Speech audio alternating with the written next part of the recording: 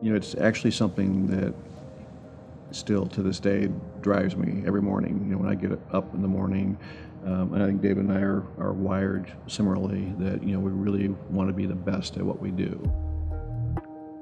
For me, the fun part is, to start with a concept of being extraordinary at what you do, creating these extraordinary communities where people thrive, and really knowing that by doing that well, we're going to be successful, because it really does work.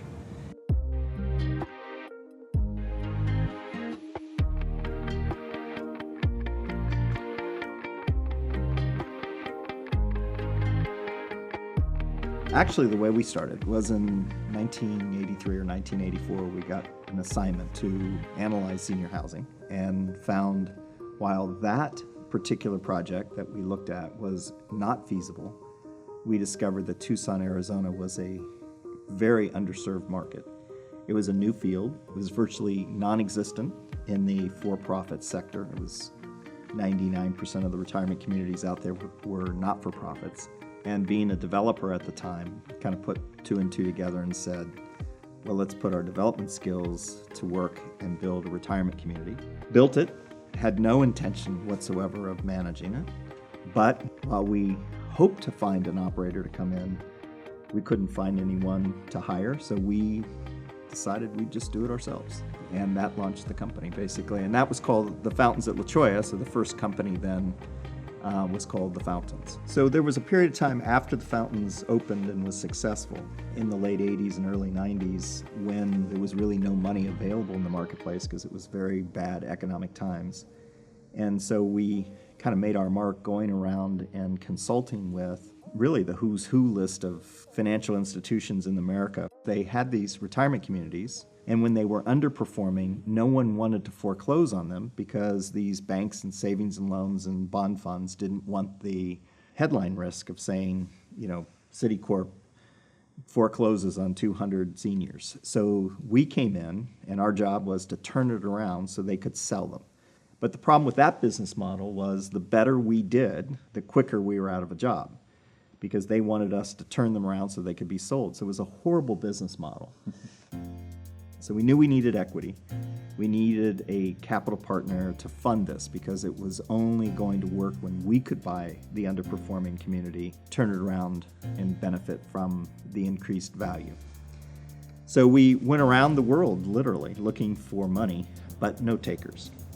And as it turned out, we were asked to go to Tulsa on a pro bono. There was a Jewish facility there that wasn't doing well.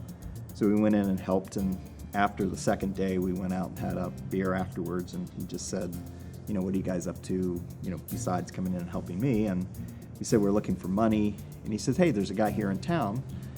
You ought to go see a fellow by the name of George Kaiser. He's a billionaire that has invested in these. So we got in to see him. He graciously brought us into his room. We gave a pitch about what we'd done and sort of the properties that we had turned around and who our clients were. And he said, this is exactly what I like to invest in. He said, I would do this. The only thing is, I only invest in real estate in Oklahoma. And I think at the time, there were like 8 retirement communities in all of Oklahoma. So we kind of went away feeling... All nonprofit, probably. All not-for-profits, right? So we felt good on one hand that we had this phenomenal opportunity, and bad that chances are we'll never, ever be able to capitalize on it. But as luck would have it, we got a call from Citicorp, and we had done some work with them in the past. And these 2 asset manager women from New York said, we're going to Phoenix. We want to talk to you about a retirement community that we have in Oklahoma City that is not-for-profit. It's failing, and we'd like you guys to take over the management. We'd like to come down and Meet in your corporate office. meet in your corporate office.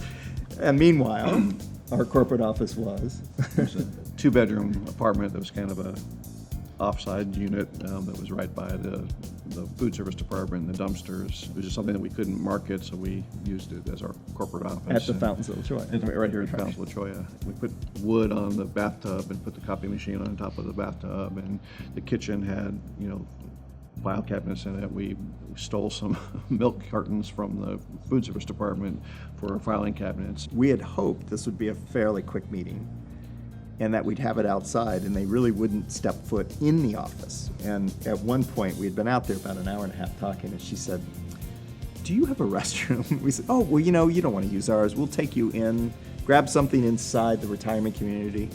And she said, "No, that's okay. I'll just..." And so they went inside, just, saw that. David else will come. You're like, "Oh, no, really, this is not good." One of the things that, David negotiated was, a right to purchase the community. The one gal kind of looked around and said, "Yeah, that'll be no problem." So then we immediately flew back with the option to George Kaiser, said, "We do have one here. We think this is one we can really turn around." And he said, "Sure." George Kaiser was a great partner because not only did he support us financially, but he also supported our vision.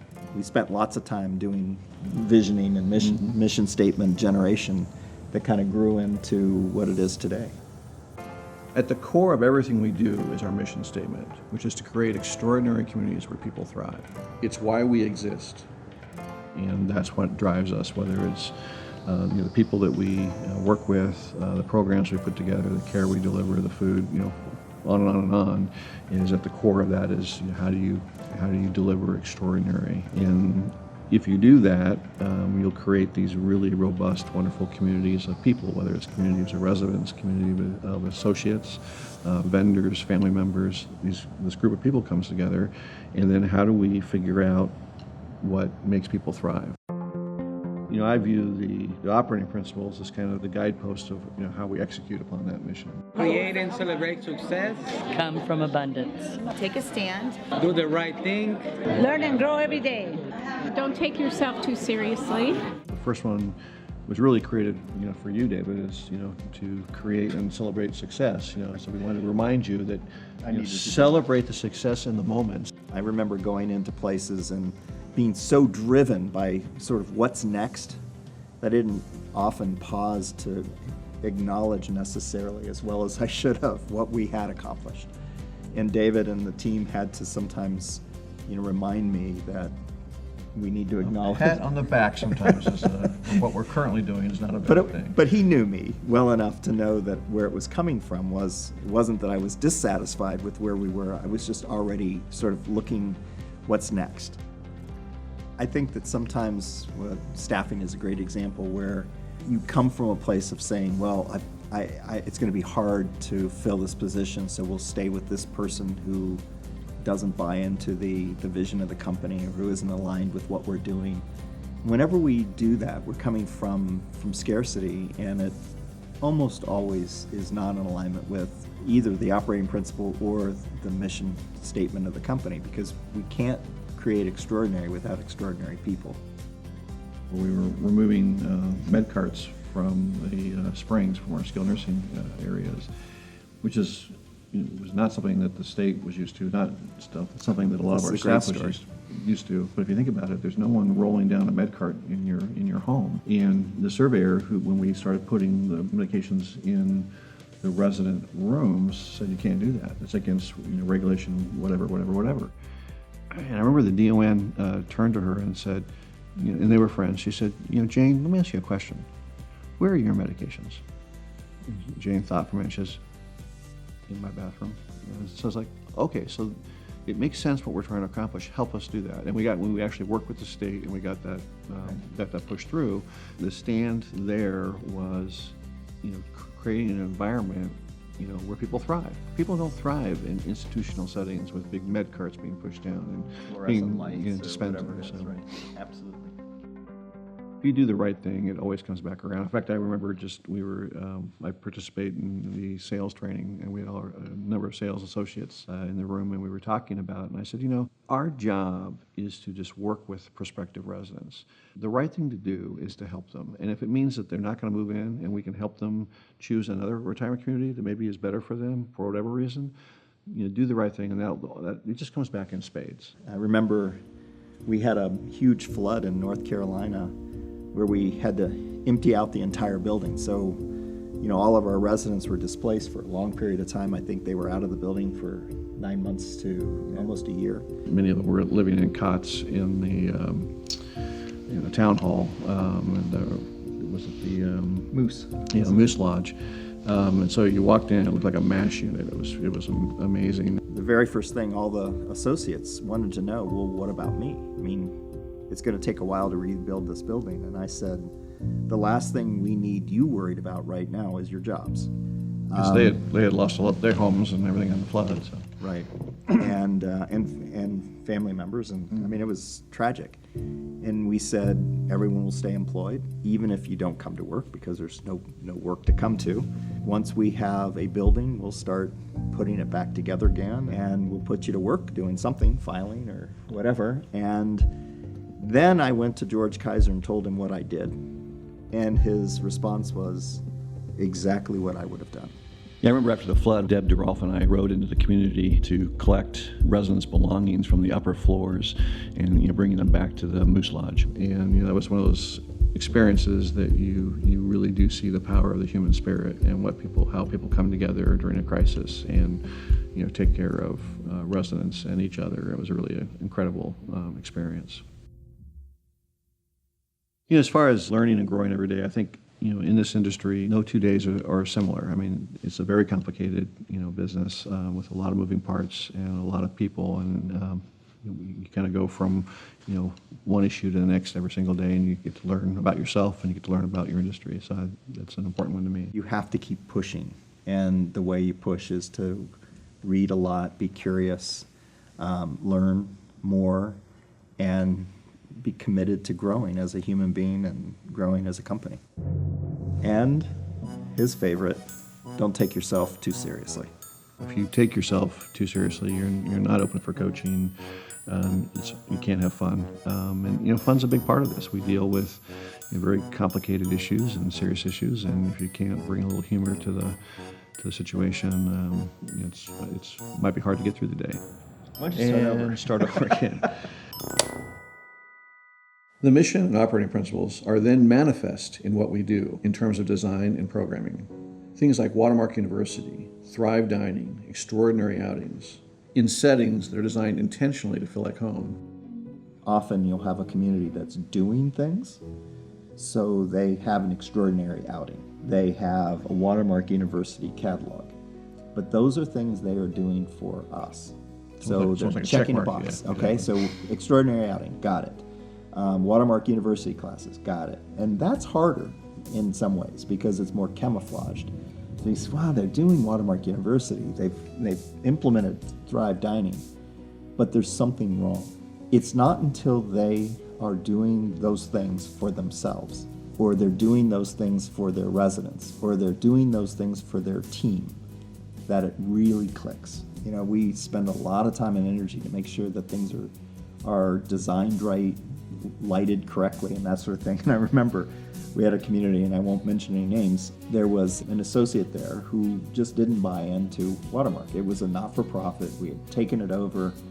She really just didn't believe. We had talked about the vision. We had talked about all the things that we saw, like we can envision the future. And we got a renovation completed, and it wasn't until the residents were experiencing the space, they were sitting around a table, so it was just like being in their kitchen and reading the paper and doing things they had never done since they had moved in, because the space just sort of helped free them up and connect with them. And the woman that was so critical of us took me aside and she said, "Can I have a second?" And I said, "Sure." And of course, my heart goes, what is it now, right? And she said, when I first met you, I thought you were full of something. And then as you spoke, I was convinced that you were full of crap.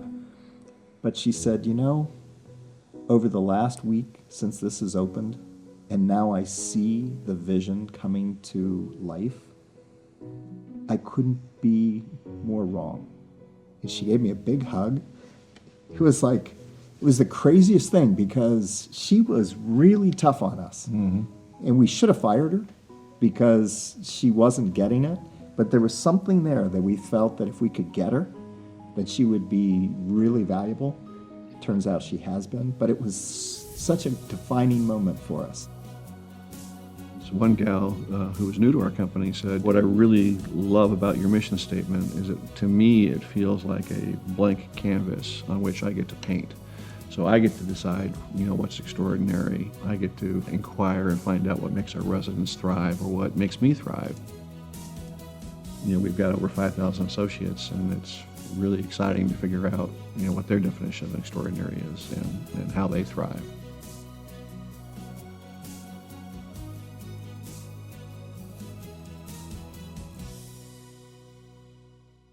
How eloquent was that? That was really good. Yeah.